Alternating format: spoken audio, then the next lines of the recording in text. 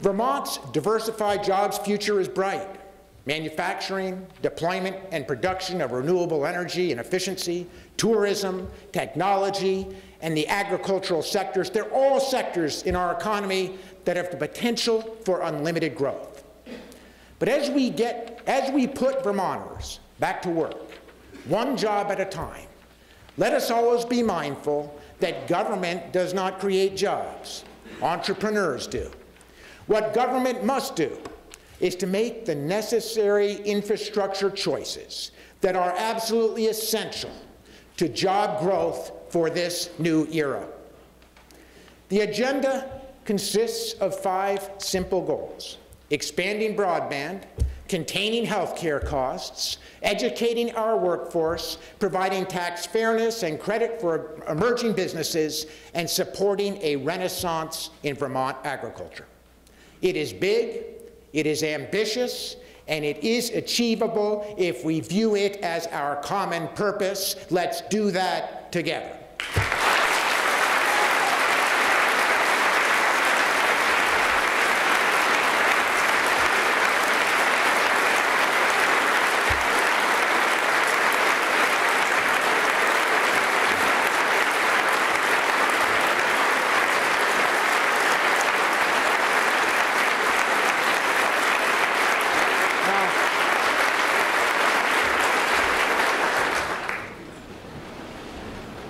Today, I am proud to launch Connect Vermont, an initiative to deliver by 2013 my promise of high-speed internet access and cell service to every corner of our state.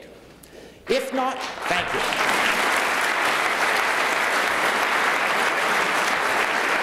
If not confronted, our connectivity deficit will relegate us to an economic backwater. Vermont lags behind the developing world and ranks 46th among the 50 states in connectivity. Governor Aiken, when facing an equally daunting challenge of bringing electricity to every last mile of this world state in the 1930s, launched a strategy that he called initiative and cooperation. Listen for a moment to the words that he wrote in August 1939 about that effort. He wrote, "A few weeks ago, I pulled the switch that started the current flowing through a cooperative electric line that is bringing the blessings of light and power to hundreds of farms and homes in another Vermont community, homes which in the past had been almost completely isolated from urban civilization." 72 years after Aiken wrote those words about the need to bring Vermont out of its isolation, we must display the same foresight to confront an equally daunting isolation. The spirit that led Aiken to bring Vermont out of the darkness is the same innovative cooperation that is called upon today from our private sector telecommunications providers, the Vermont utilities, regulators, and our citizens if we are to deliver the new electric current of the modern world to Vermont. We have $410 million in private, federal, and bonded capital to be strategically deployed.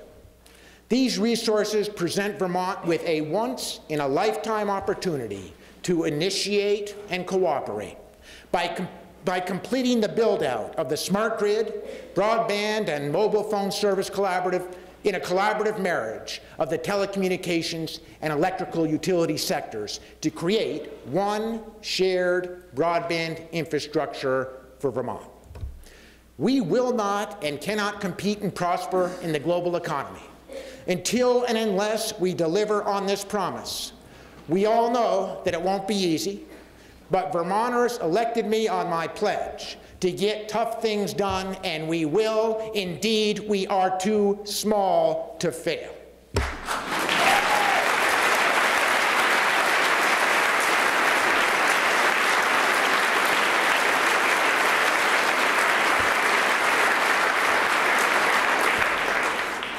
The rising cost of health care for Vermonters and Vermont's middle class and small businesses provides an equally daunting threat to our economic opportunity. Just 10 years ago, our little state was spending $2.5 billion a year to stay healthy. Today, we are spending over $5 billion. That increase represents an enormous hidden tax on families and small businesses across this great state. If left untethered, the rising cost of health insurance will cripple us. That's why we must create a single-payer healthcare system that provides universal, affordable health insurance for all Vermonters that brings these skyrocketing costs under control.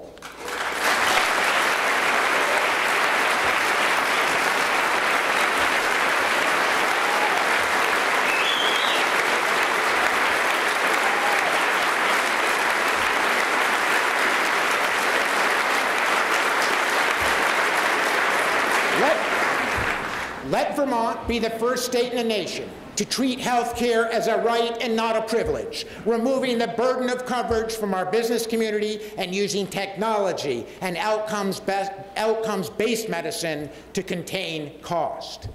By doing so, we will save money and improve the quality of care. Now, some will say it can't be done. The special interests, the insurance companies, the pharmaceutical industry, medical equipment makers, the same lobbyists who spent hundreds of millions of dollars to make sure that real reform withered on the vine in Washington can be expected to exercise their will to protect their enormous profits right here in Vermont. Others will say, well, reform is going to destroy the existing healthcare system. But logic suggests, and our experience shows, that our current system is unsustainable, that underfunded reimbursements starve our doctors and hospitals, that duplication, waste, inefficiencies, and rising cost will drive more providers into bankruptcy and destroy our quality of care, which is the best in the land. I ask the defenders of the current system to explain how small business, municipalities, and taxpayers can sustain increases in premiums that are double-digit year after year after year. Now, shortly, we will receive plans from Dr. William Shao to help us design a healthcare system that Vermont can afford. I've assembled a healthcare team that will invite providers, consumers, businesses, municipalities, insurers, and our congressional delegation to the table to help Vermont build a sensible healthcare system. I call upon single-payer supporters to resist the temptation to oversimplify the challenge. I call upon skeptics to challenge us, but to join us at the table. And I call upon Vermonters to join together with the common purpose of our state once again, leading where others dare not go. Universal, affordable, quality health care that follows the individual and is not tied to employment. Let's do that together.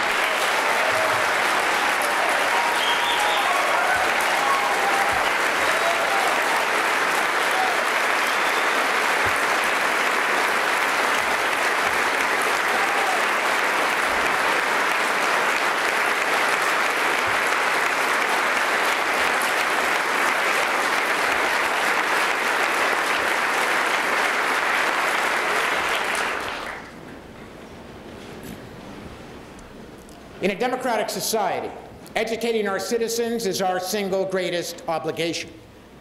I hereby call an end to the war of words launched from Montpelier that pits property taxpayers against our children, teachers, principals, and school board members, and invite instead a respectful conversation of how to create the best educational system for our future, how to produce the best workforce for the jobs that we've just discussed. We take pride in Vermont's quality education system that is the envy of the rest of the country. Let's build upon our success by doing even better. The objective is simple. Every Vermonter must have the same opportunities for success that Claire Oglesby made possible for me economically, intellectually, and socially.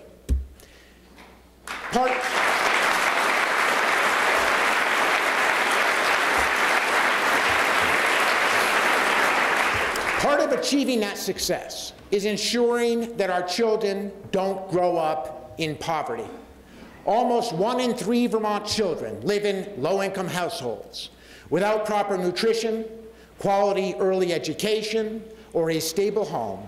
These children often enter kindergarten far behind their peers, and the spiral begins. They're more likely to drop out of school, abuse substances, and become statistics later in life.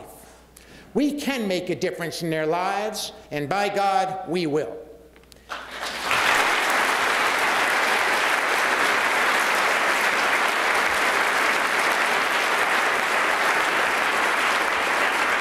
We can also do better at ensuring the success of all of our students in our schools.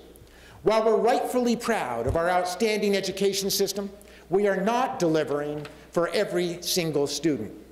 Time spent in a class does not measure acquisition of skills. For those who quickly demonstrate clear levels of achievement, let's accelerate their path to enriched programs in that area of study. For those students who do not learn traditionally and in traditional ways, like myself, let's be supportive in creating approaches that may be outside of the 4 walls of a classroom. From early childhood education to higher education, from dual enrollment to technical school, we have the most innovative offerings in the country.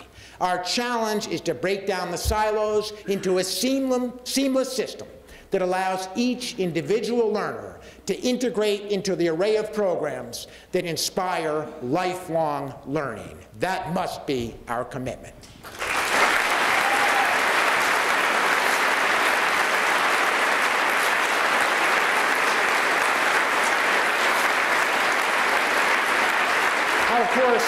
Of course, education extends beyond our schools and to our workforce.